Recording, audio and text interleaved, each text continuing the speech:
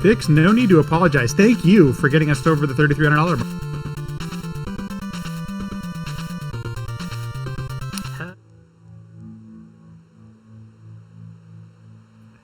Hello, RogueLink.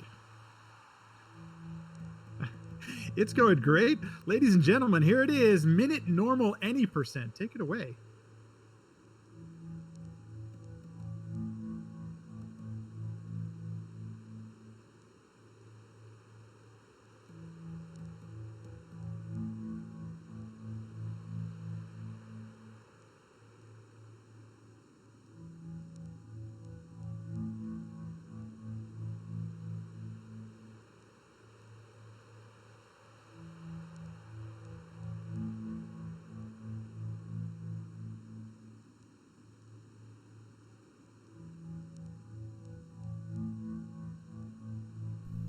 There we go.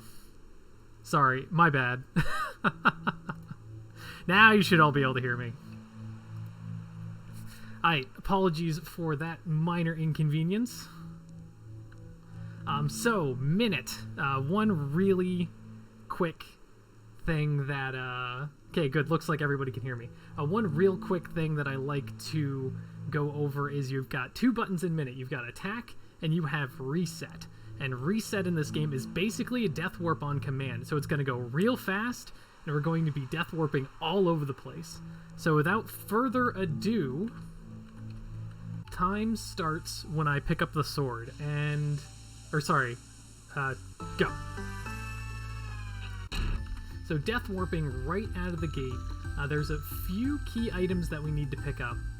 One really cool thing about Minit is that you have 60 seconds to survive, which is that counter in the top left corner, and you can already see that the death warping going back to key checkpoints already key.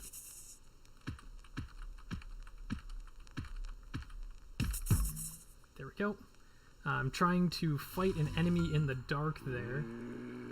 Took way too many swings, but I'd rather not die during a marathon run. And even though we have 60 seconds, there are multiple checkpoints in the game. And when you ever see that home selected prompt, that means we have a new checkpoint. And here, we're trying to go deeper into the desert, which means we need to explore 10 tiles of desert before we get to this screen. And this ghost unlocks a new attack for us, the sword thrower. More on that later. Now we can grab the watering can that we used earlier for one of its two purposes in the game. The first is to give this guy a drink of water, death warping yet again, going through this muggy swamp. And now we have a tiny bit of time to breathe. Yeah, this is a very, very fast-paced game. This is the latest patch. Getting these gardening gloves, which are going to allow us to cut trees and stumps. This is the latest patch, which allows us to do speedrun mode. So it's both keeping track of in-game time as well as how many times we've reset. So the number of times we've actively... how many lives we've used is that runs counter in the corner. Using our sword throw to kill some crabs real quick. We can take some pretty big advantage of our sword's massive hitbox to have some really precise timing. And the coffee is important because that allows us to push blocks. Usually it's something you'd have to get very, very early to get the flashlight, but since this is a speed run, we're going to avoid the flashlight, unfortunately taking some damage there.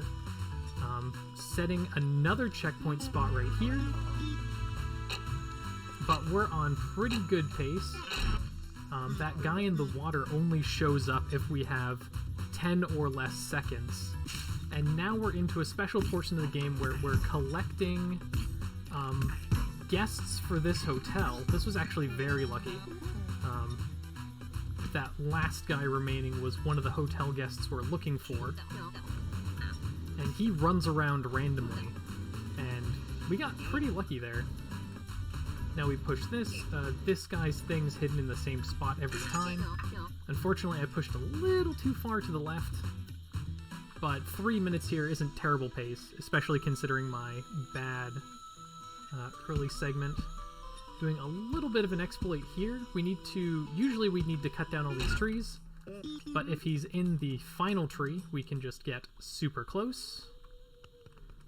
And now for one of the more difficult parts of the game. I mentioned the flashlight, so usually this would be lit up.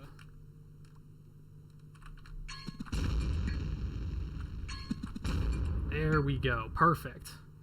And you'd actually be able to see those bombs that were exploding, but one of the reasons we need the sword throw is so that we can blow those bombs up.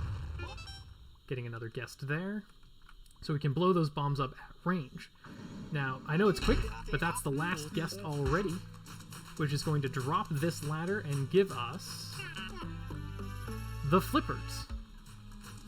Now, just like every 2D action game, the flippers do exactly what you can expect. They can swim. Now, usually water doesn't hurt you. That's an oil slick, but it saves a little bit of time to not go over the bridge. Here's a nice little bit of optimization. You want to push these 2 blocks at the same time as much as possible. Unfortunately, I pushed that one box 1 pixel too far to the left, so I wasn't able to push them both for the whole time. And here there's going to be a little bit of a timing exploit where we can push this onto the conveyor belt and then die, which stops the clock, but the box keeps moving, and we need to destroy those gears in order to stop that conveyor belt. There's 2 of those conveyor belts in the game, which essentially get us to, well, 3 conveyor belts, and that gets us to the final boss.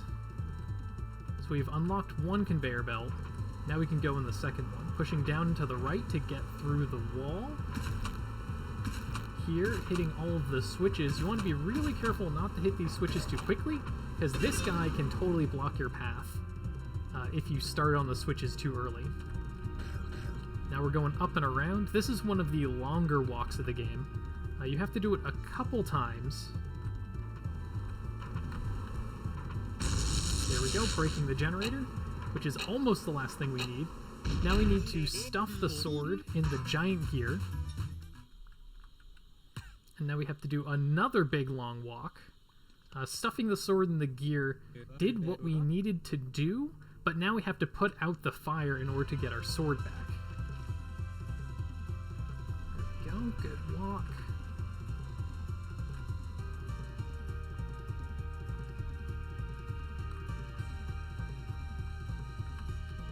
This has actually been a pretty solid run so far, with the exception of the first dark room section. This run's been fairly solid. So now we put out this fire, get the Mega Sword, head up the reversed conveyor belt. We've done all we need to do, and now we challenge the final boss.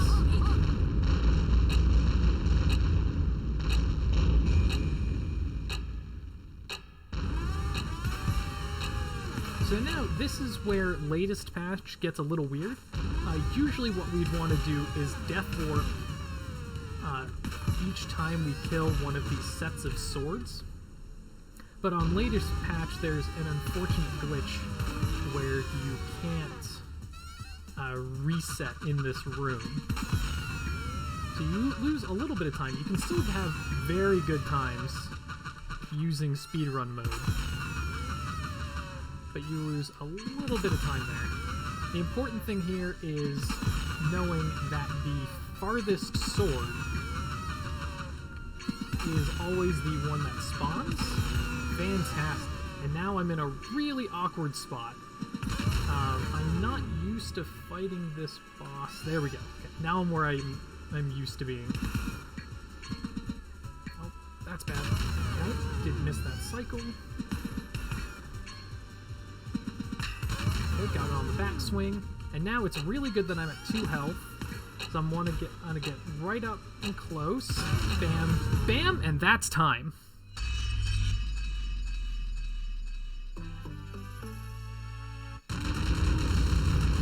Whew. So yeah, that was Minit. Just got to go through this last little cutscene, that's probably one of the few times I've actually managed to get through that boss in such a low timer. We go with in-game time, and that is a 7:25, 13 runs. That's pretty good. That's about 30 seconds off of world record and about 10 seconds off of my PB. So all in all, a very, very solid run for Minit. One of my favorite games, one of my favorite speed runs to come up in the last couple of years. It's very fun. You can definitely hyper optimize it as much as you're willing to. But yeah, Minit is absolutely fantastic if you want just a chill, casual game, or if you want to really drill down that speed run. And yeah, thanks for having me, and keep on donating and enjoy the rest of the marathon, everybody. So much RogueLink. GG. What a run of Minit normal any percent. And folks, with that, do have a quick announcement here for the donation incentive for the Ring Fit Adventure Runner Cam. We've reduced the incentives on the goals on both of these, so now it stands at $300. So only about a little over $200 to hit the Ring Fit Adventure Runner Cam donation incentive. And same thing for the Super Mario 64 Dance Pad Runner Cam donation incentive. We've reduced it down to $750. So we have less than, doing some math here, we have about $640 to go on that one. So folks, thank you. I'm sorry, under $600. I can do math. Whew. We're getting close. We're getting close to all these. You still have time. We've only got about 2 hours and 45 minutes left for the Ring Fit Adventure donation. So make that happen. I know that I'm going to be donating towards it again because that sounds awesome. How cool would it be to see a Ring Fit Adventure run with the cam happening? Folks, that's going to be it for me. Thank you so much. Once again, my name is Lat Mackey, and you are watching the Calithon Coronavirus Relief Marathon. Thank you so much for pushing us over $3,300. We've got a ton of marathons still left to go. Hang in here, keep watching, and I will see you later. Thank you. Bye-bye.